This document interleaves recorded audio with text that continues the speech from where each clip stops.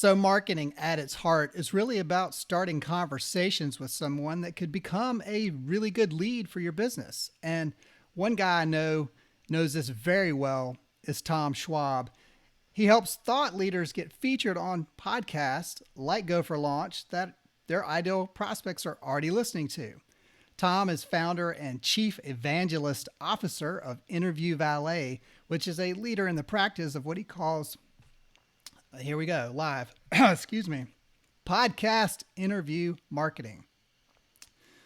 This is what you do. You roll with the punches, right? Now, what exactly is podcast interview marketing? It's where Interview Valet helps people like coaches, authors, entrepreneurs, franchisors, other emerging brands really get interviewed on top podcasts in the niche or niches that serve their customers.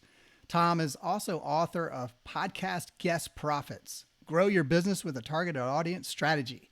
And before starting Interview Valet, Tom honed his chops as an inbound marketing engineer.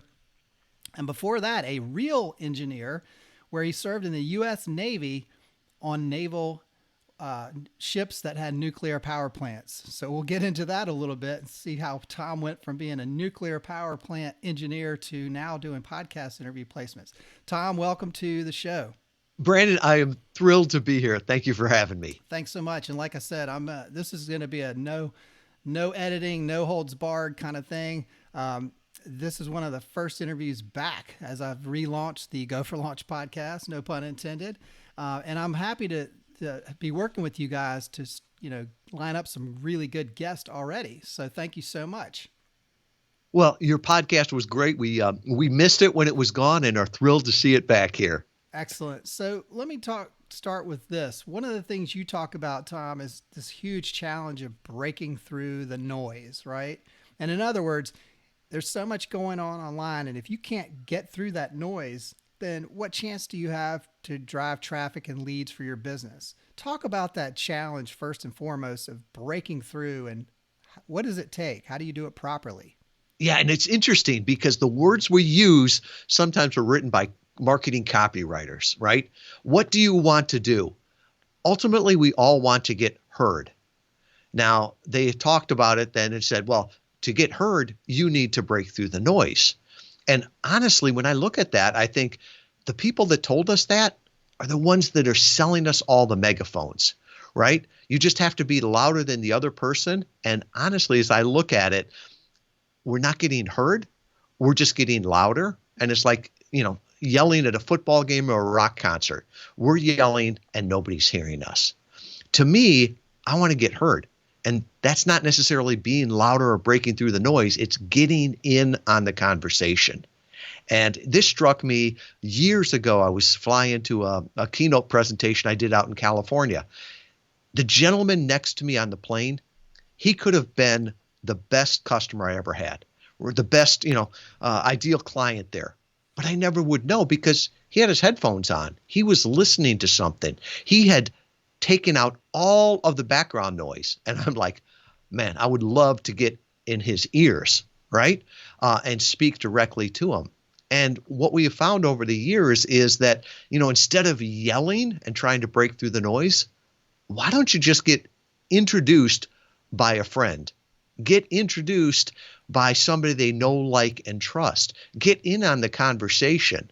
And to me, that's so much more powerful. And that's really what we're doing with podcast interview marketing and the whole strategy of podcast guesting.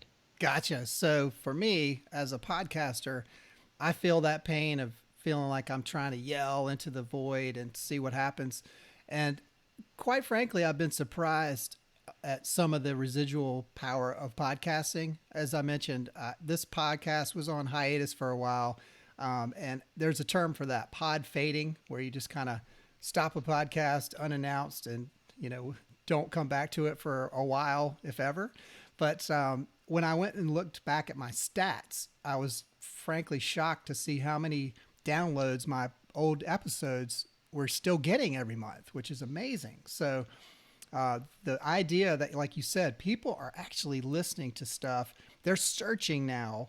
And the fact that Google and Apple and others are indexing content within the podcast is phenomenal. So it's a search engine opportunity, right, Tom? People can find you when they're looking for stuff about a specific person or topic.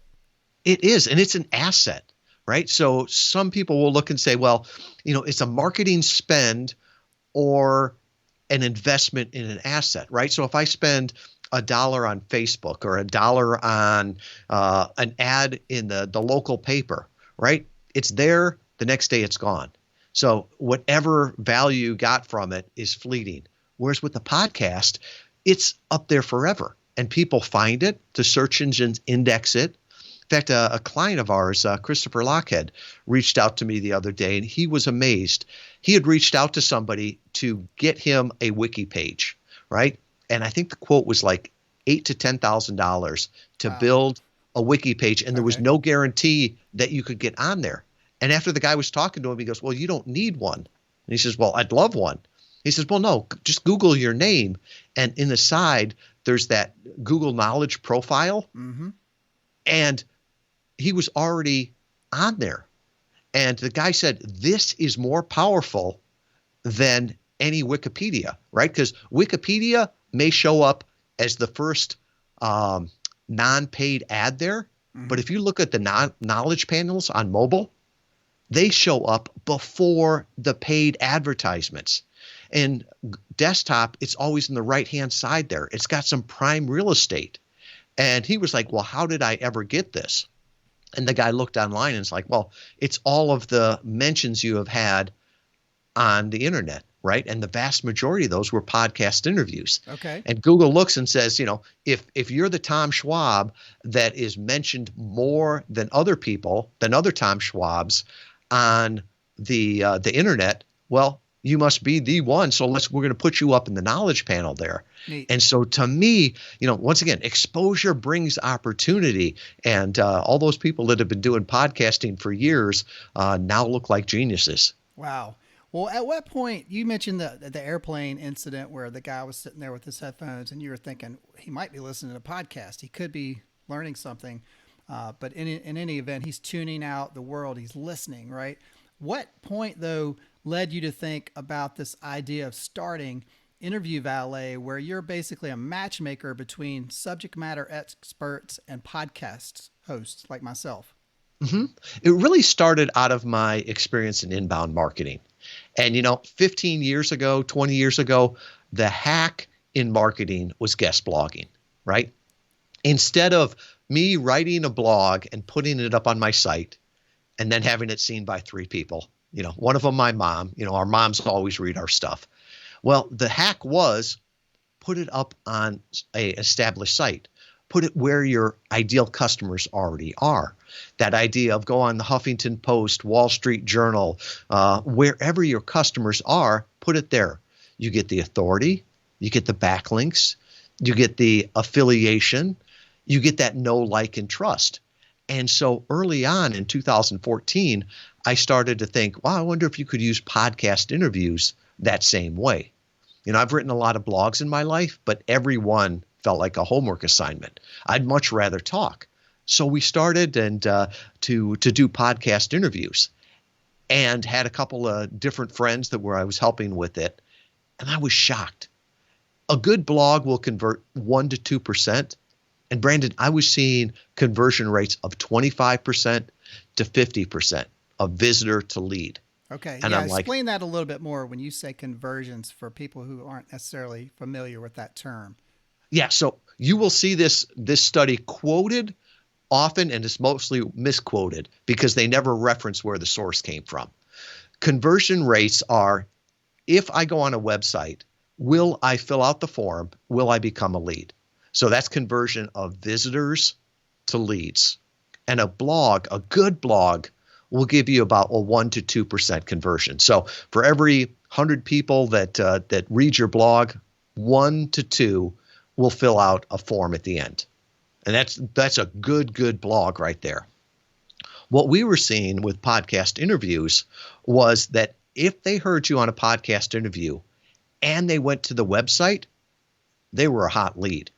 They were there to engage with you. We were seeing, 1 out of 4 would fill out the form to get something or to engage with you. We had some podcasts that were converting 3 out of 4 would ask for information or set up a call. And really, at first I thought, wow, that's too good to be true, right? Yeah. That's got to be the niche. It's got to be the personality. And the more we tested it, the more we realized, no, it's a system, right? And you think about it. If someone has listened to you for 30 or 45 minutes, they've pre-selected. Mm-hmm. I always say there's 3 types of people that hear me on a podcast interview. The first one says, Tom is an idiot, right? I don't disagree with them, but if that's what they think after hearing me, we're probably not going to work well together. So God love them. You can work with someone else. That second group are the ones that go, that was interesting. I don't need it right now. But you know what? Brandon could use this. Let me forward it on to him. And I'll just tell him, hey, listen to here at minute 12. God love those people too. They're helping grow my business. The third type of people are the ones that listen and they're like, wow, Tom, he works with people like me. Interview Valet helps people like me. I want to engage with them. Those are the people that come to your website and as hot leads, right? They've already been introduced by a thought leader, a podcast host. Those are the people you want to engage with. At the end of the day, we don't need more leads, right? You just don't need more leads that never convert. We want more customers that we can serve. And the other thing too is that those sales we have found close so much faster, right? Because they've already listened to you for 30 or 45 minutes. They've gone through your website. They know you. It's more of a confirmation call or a qualification call than it is a sales call. It's amazing, but when you look at it from the outsider's perspective, it's like, yeah, that makes total sense. That's great. Now, one of the things we should tell people, because I've found this too, is a missed opportunity that a lot of guests have on podcasts is when the host asks them, typically towards the end, where can people learn more about you? You don't want to send them to your website.com, just, and let them just figure it out. The easier and better thing to do is create a landing page specific to you or that show even, and say, hey, for your listeners, go to mywebsite.com/Brandon show name, in this case, /go for launch or whatever. And then have a landing page there with your free offer because number one, people will remember it more tied to that show, right? And you can track those results better per landing page. Correct, Tom? Exactly. If you want to see what a landing page or a welcome page looks like for this, also go to interviewvalet.com/go for launch. And here's what it's going to look like, right? The first thing is going to be the logo for Go to Launch. There's also going to be Brandon's picture there, right? You've never seen me. You've never heard me you've heard me, but you've never seen me. You've never seen my website. So that traffic tends to bounce. But if all of a sudden you go there and the first thing you see is a trust symbol, right? And somebody that the host, they stick around a lot more. And then there's some boilerplate text. And then actually our testing has shown that 3 offers actually work best. Okay. Now, this is heresy in digital marketing, right? Because every digital marketer will tell you one call to action. Mm-hmm. I don't disagree with them for digital marketing. But this is really almost like selling from the stage. You want to meet people where they are. You want to give them a reason to go from being just a passive listener to an active visitor and ultimately an engaged lead. So give them a small yes, a medium yes, and then the heck yes, right? So the small yes is something that's interesting, but it's not going to take a lot of time or money. It could be an infographic. It could be a picture. It could be a case study that you talk about. For us, it's typically an assessment, right? Everybody wants to ask a couple of questions or answer a couple of questions and get the results. So it's the podcast interview marketing assessment. How will podcast guesting work for you? You answer 10 questions and you get a score and some recommendations. So that's the small yes. The medium yes is always something that, takes a little bit more time, maybe takes a little bit more money, is more of a commitment. Mm-hmm. So this could be a book. It could be a course. It could be some kind of face-to-camera video where it builds some trust.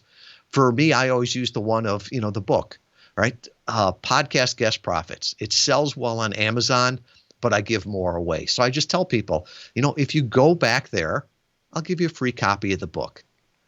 That's sort of that medium, right? Not everybody wants that. Not everybody has time to read the book. I understand that. So we had the small yes, the medium yes, the heck yes is when someone listens to you on a podcast interview and they're like, yes, I want to work with them. Well, big fish don't swim through funnels and whales don't click.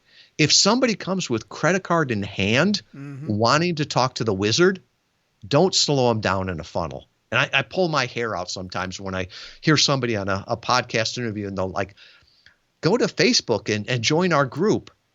Well, not everybody uses Facebook. And if I want to buy from you, I don't want to have to go to your Facebook and then go through your master class and all the rest of this. It's like, if they come with credit card in hand, don't disrespect them. So for like me, our sales process is we have to do a discovery call to see if you would be a good fit. So for us, the heck yes is, just come back. I'll put all my social media links there, and I'll put my calendar scheduling link. If you want to jump on a call to see how this could work for you, just go there. So it's the small yes, the medium yes, and the heck yes.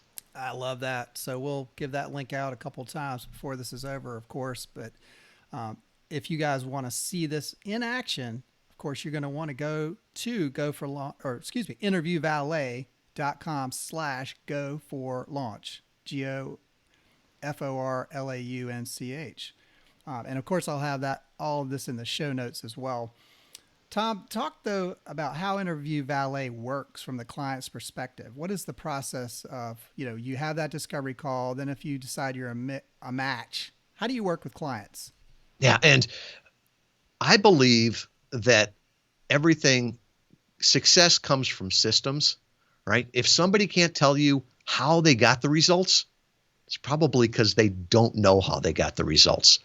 And if they don't know, how are they going to reproduce it? So everything we do is in that book, right? It's not a secret. It's not magic. It's a formula, a process that we go through to, with podcast interview marketing. So with that, all of the things we do are not magic. They're not a secret, but we just allow our clients, they can be the guest and we take care of the rest. And that copy came from a client. They said, that's why I love working with you. And he said, you let me be the guest and you take care of the rest. And I said, well, that's great copy. I'm going to take that.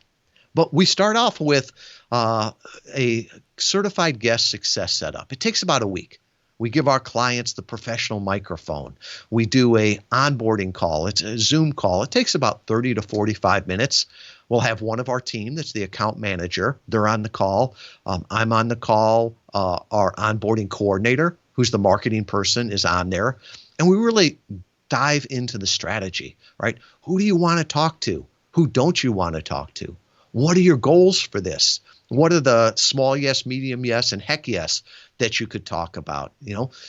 Who's the ideal people?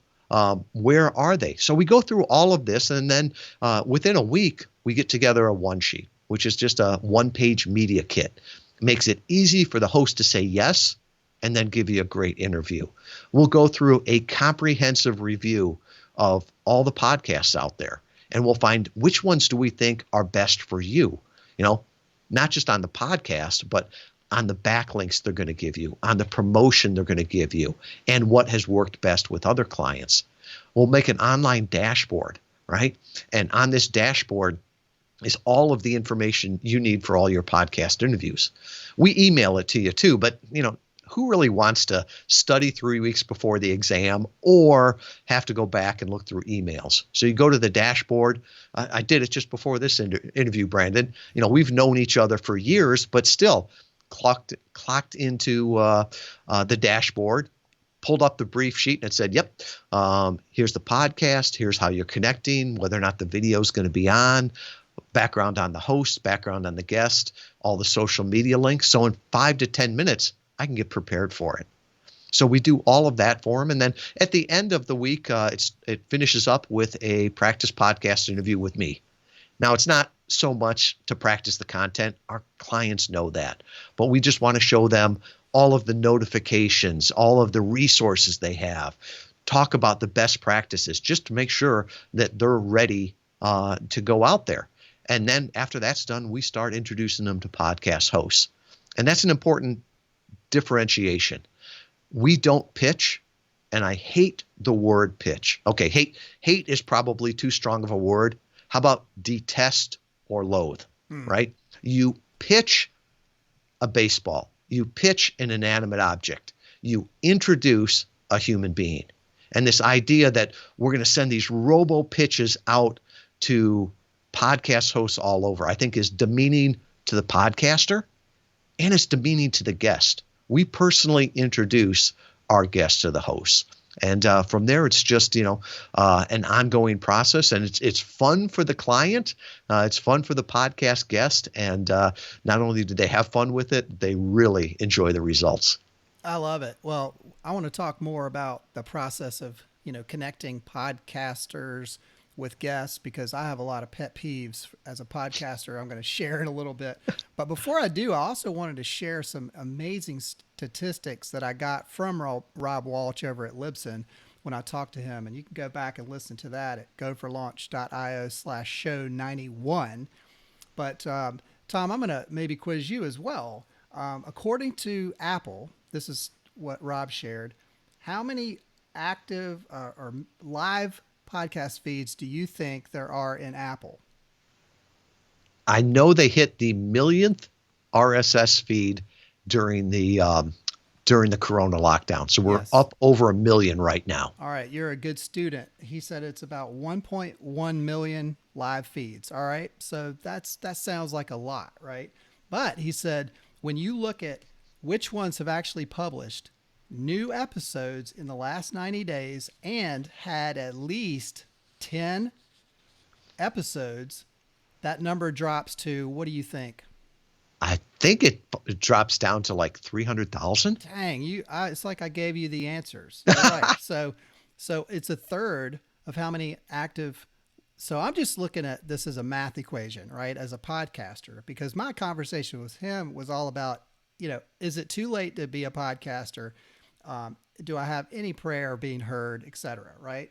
So I'm thinking, all right, you just told me that there's 300,000 on, active podcasts with 10 episodes that have published in the last 90 days. Interesting. He said, compare that to 750 million blogs, all right, which no one reads, or very few people read. The younger people aren't reading. People are busy. They're not going and reading 1,200, 1,500 word blogs. Right. So he explained the ratio. That's like 2,700 to 1. And here's another amazing thing. So Libsyn, if you guys listening don't know, is the granddaddy of podcasting. They basically invented podcast hosting back in, I think, 2004. And I asked Rob, on average, how many new podcasts are published on Libsyn every day? And what do you think he said, Tom? Oh, man.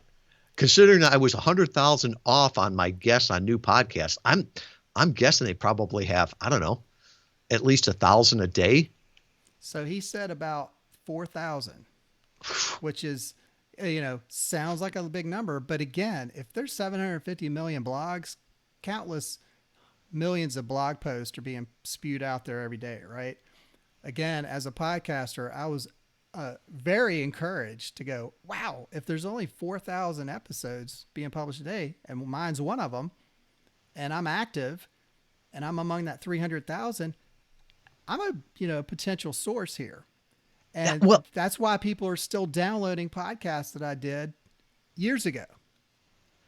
And if you look at that, what do you have to do to be successful? Well, publish more than 10 and publish more than, consistently, right? If you do that, all of a sudden you're in the top there. But that's the problem or the challenge right now. Sometimes people come to us and say, can you help me get on a podcast? I'm like, you don't need help with that, right?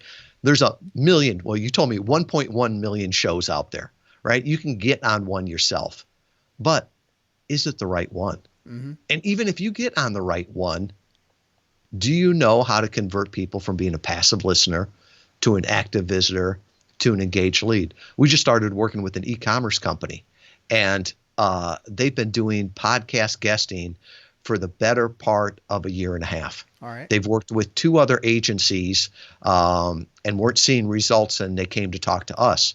And so we talked to them about, the 3 calls to action and sending people to a dedicated welcome page. And the marketing person was dumbfounded. She's like, how come I have never heard of this before? And I said, well, they were doing what they told you they would. They said they were going to pitch you. They said they were going to connect you. They never said that they understood the marketing behind it. They started, their results changed in the first month, right? And it was just because they were out on a podcast interview, but they weren't following the best practices to actually do lead generation off of it. And so now they're thrilled to be fans, and they want to go back to some of the podcasts they did early on because they realized it was a nice interview, but they never got any business from it. Sure. I see night and day difference between the guests that you guys send my way and people who have maybe a publicist or even are just doing it themselves that, pitch, like you said, and it's typically the nasty pitch. I've gotten so many hundreds of these over the years where they hit my number 1 pet peeve, all right, which we'll go there now, which is they don't listen to my show. It's completely obvious. For example, I've had so many pitches in the time that I stopped podcasting, right? And I'm like, it wouldn't take a genius for 2 seconds to realize, hey, this guy hadn't put out an episode in a couple years. Why should I pitch him, right? It's inactive. But I've gotten pitches galore, and I'm thinking, I don't even bother to respond anymore. So that's one tip off. If you try to approach a podcaster and hit their inbox and you never hear back from them, there's a reason. Because we all know as podcasters not to engage with you because if we even politely decline, there's a lot of people that get aggressive and say, what do you mean you don't want to talk to me? I'm like the greatest thing ever. What do you mean I don't fit your niche? Blah, blah, blah. And I've had these arguments in the past with people back and forth. I'm like, I don't care about your fitness niche or whatever it is. That's not me, right? I don't care. And I'm sorry. I know my audience and I'm the gatekeeper. So that is a pet peeve. People don't listen, and they're argumentative about saying, maybe that could change. That might change. I might, a year or 2 later decide, you know what, you may make a good guest at this point. So I'll go back. Here's another one that really chaps me a little bit is not paying attention to pre-show prep details. Okay. So let's say, Tom, you and I connected and we agreed that we were going to do this interview at a certain date and time. Most people just put that on their calendar and that's it. But in the meantime, I'm usually emailing that person saying, hey, Tom, here's a reminder. I need your bio. I need a headshot. I need speaking points. I need stuff to prep for this interview. I don't want to just show up cold because if that would do you a disservice as a guest, if I just said, hey, what do you got to talk about, Tom? And just wing it, right? So I need prep time. And when those people wait until the last minute or they don't send me their stuff until that interview has already taken place, it really kind of annoys me. It adds to my stress level because then I'm having to go Google and look on their LinkedIn and do all this stuff. And you guys do a great job with those interview prep sheets from the guests to me, the podcast host. So that's fantastic. I get all that stuff. And because you're the concierge, I know I can expect to get that, right? That's excellent. So kudos to you. Here's a third real bad pet peeve I have. Poor sound quality or distractions during the interview. I want you to jump in and talk about what you tell people about sound quality. You mentioned you actually give people equipment. What type of stuff do people need to think about to make sure they sound good and their kids aren't running in the room and fire alarms going off and stuff? Yeah. And think about it. You're on stage, a digital stage, talking to hundreds of people, thousands of people, tens of thousands of people. And I'm amazed the people that show up and they sound awful, right? Nothing will ruin your credibility more than sounding like you're calling in from the bathroom or from prison. You wouldn't go on a Right. physical stage and look like you rolled out of bed. Don't go on a digital stage sounding bad. So, we give our clients the same microphone I use when I'm out on the road. It's a professional grade dynamic microphone, right? So it doesn't pick up the background noise. It's just plug and play. You don't need a mixer. You don't need a soundboard, but you do need a somewhat quiet place. You need a dynamic microphone so it's not picking up background noise. And then, for God's sake, be present at the interview, right? You're there in front of one person, but it's not one person. It's thousands of people throughout time. Would you be on a keynote of a stage in front of 100 or 1,000 people, checking your phone, trying to see what new email came in while you're talking to them? No, there's nothing more important. And we always tell our clients, your number one goal on being on the podcast is to make the host look like a genius for inviting you, right? Well, yeah, you got your work cut out for you here, but thank you. Well, if you can make the host look good, they'll make you look good. You don't have to promote yourself. If you do a good job, they will promote you more than you ever could. Well, that actually leads to my fourth pet peeve, which is a little bit controversial. I actually wrote about this in my book, Podcast Away, several years back. And this is when the guest disappears after the interview, okay? Because as a podcaster, I'm putting a lot of TLC into this. I put prep time in, connecting with you. I'm doing this, and then I have to go off and do a lot of production work. And then on my end, I'm going to promote this. I want people to hear Tom Schwab. I want people to learn about podcast interviewing, guest interviewing and stuff like that. So I'm going to do that. But what happens to me so frequently is I'll say, Tom, here's the episode. It's all live and everything. I'd love for you to share it, like it, anything. Crickets. And I've had that so many times, especially with some of the A-listers. And it kind of saddens me. And I wonder about that. What's your take on that? Do you think some people are just in it for themselves and they don't have an assistant who's willing to go say thanks on Instagram or Facebook or whatever? I agree with you on that. And I think it's the difference between, are you trying to build your business on transactions or relationships? So it's almost, as you were talking about that, I'm like, man, it feels dirty. It feels like you were used and abused, a one-night stand. They never call you. They never respond. And it's just like, that's not what business is about. Because, now instead of promoting that person, you're going to have a negative response to them. And I really think it comes down to that idea of, how are you trying to build your business? Is it on relationships or is it on transactions? It doesn't take that long to like something, to retweet it, to say thank you. So I don't think people can say, well, I don't have the staff to do it. No, you need to do that, right? Right. And I did I've got a series every day. I do the podcast guest profits tip of the day. All right. And it's about like a 10-minute rant. So we put it up on Facebook and YouTube. And I did one the other day. It was 10 ways to say thank you to a podcast host afterwards. And I got more feedback on that from podcast hosts, right? Because if you want to be a guest, be nice to a podcast host. They'll tell other podcasters about you. You'll get other invitations. They'll invite you back, right? This is my second time on the podcast, and it's because we kept that relationship going afterwards. These podcast hosts, if you wanted to get in front of their audience once, why wouldn't you want to build the relationship with them so that they can, be a partner doing something on it? They can be an affiliate. They can be a promoter of yours. And I think it's really just short-sighted. And also, I think you pointed out, A-listers. A lot of people are excited about, well, I want to get this big name on my podcast.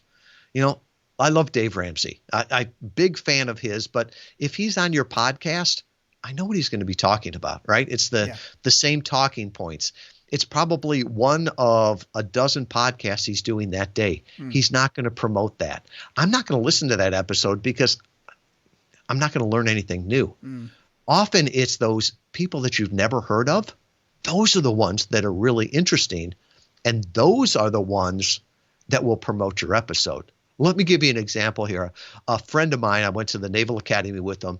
He's now a 2-star admiral. And a podcast host said, "Hey, who do you know that is, a really great father?" He had a fatherhood podcast.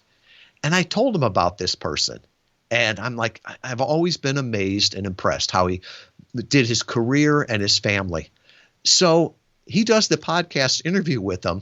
Well, it happens that the admiral is deployed at the time, right? So he's off the coast of South Korea. When he gets finished with this podcast, he tells the entire battle group about it. That night, he's talking to the battle group on some message, and he mentions what he did. Now, this podcaster just got promoted to really this guy's ideal audience, and probably, I don't know, battle groups got 10,000, 15,000 people. When the admiral got back to the Pentagon, he was telling all of his buddies that he was interviewed on this podcast. Wow. And so now the people at the Pentagon are checking it out. He tapped into an entire different audience. And it's not somebody that's, that you would normally think about. But it's a great way to do it. And, from this A-lister, admiral in the Navy, he was thrilled to be on there. That's not a medium that he normally gets to talk to or a subject he gets to talk about. I love that story, Tom. And that is a perfect example of an ideal guest, somebody that is grateful, thankful, excited that they were on your podcast. Again, I'm spending a lot of time to promote you today, which I'm happy to do because we have a mutually reciprocal relationship. I don't pay you for guests, but you bring, because your guests are paying you. I mean, your clients are paying you, and you put me on a short list because the quality that I bring to the interviews. So if I interview somebody like Judd Armstrong, which was a recent interview, he was phenomenal. We had a great conversation. And so I would never have met Judd Armstrong otherwise. I think may have discovered him, which frankly I didn't know about him. I was grateful to learn about his history, starting Jaybird and doing some amazing stuff now. But the serendipity of that, and then we've realized we had some mutual connections, and we just really hit it off, right? And so I felt like he was very enthusiastic. He showed up. He was patient. He was really energetic. He was present for that interview. And so I thank you so much for that. And, and also he checked off the last pet peeve I have, which is guests that will agree to do the podcast, but not give me their permission to be on my email list. He was, gracious and said, sure. I've had people, Tom, that say, no, I don't want to be on your email list. And I'm like, okay, I respect that, but that means you're just doing the one hit, like you said, wham, bam, thank you, ma'am. You're on my podcast. You're in and out the door doing the next one. So for these A-listers out there, I think Tom and I, and even if you're a B-lister or C or Kathy Griffith D-list, whatever, be gracious and think about ways. You don't have to send me swag or do anything crazy, but just telling your audience that you were on the Go for Launch podcast or whatever podcast is so gratifying to that podcast host. I cannot explain the difference that will make. And like you said, saying, I can look at my list of 100 guests and pick out 5 people off the list that were super gracious in that regard. Yeah. And it's, once again, it's that this whole idea, and I think we're going to see a change in business with this, at least I hope, going from bigger is better to better is better, or from the transaction to the relationship. Because I've talked to people before and say, well, I want to be on more podcasts. Well, before you just get on more podcasts, have you figured out which podcasts actually make a difference to you? Mm-hmm. If you're not doing the conversions on them, if you're not doing that, doing more is not going to help you. Don't double down on stupid. Figure out what works first. And, that's what we really focus on. And there's other people out there, that some of them, double dip, as I call it. They charge the host and the guest. And, they're a lot cheaper, right? Why? Because, well, they're double dipping. But I look at that. That's a huge conflict of interest. You've got to figure out who you're working for. We serve the podcast host, but we've got the responsibility to the guest. And so, we always focus on getting them the best return on investment of their money and their time. Podcast interview, that's an hour, well, with prep, probably more than an hour and a half of your time that you'll never get back, right? So make sure that if you're on a stage, if you're talking to somebody, that you make the most of it. Definitely. Tom Schwab, Chief Evangelist Officer of Interview Valet. This has been really enlightening. Remind everybody where they can go to your landing page specific to the show and what they can expect to see there.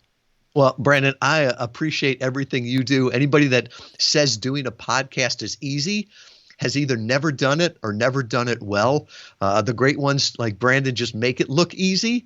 But if any of this resonated with you, or if you just want to see what a welcome page looks like, go back to interviewvalet.com/go for launch. And on there, I'll put that podcast interview marketing assessment. It only takes a few minutes to figure out if podcast guesting will work for you. We talked about the book a little bit. There's a free download, right? If you want the electronic version, I'll send you that. If you're in the United States, I'll mail you the book, right? So that'll be there. And then finally, if any of this resonated with you, if you're like, wow, I could use podcast interview marketing to grow my brand, to grow my business, well, let's jump on a call. I'll put my calendar scheduling link there, and all of that will be at interviewvalet.com/go for launch. Excellent. Well, thank you, sir. Thank you for your service in the Navy as well. And appreciate all you're doing to improve the quality of guests on podcasts everywhere. Thank you, Brandon.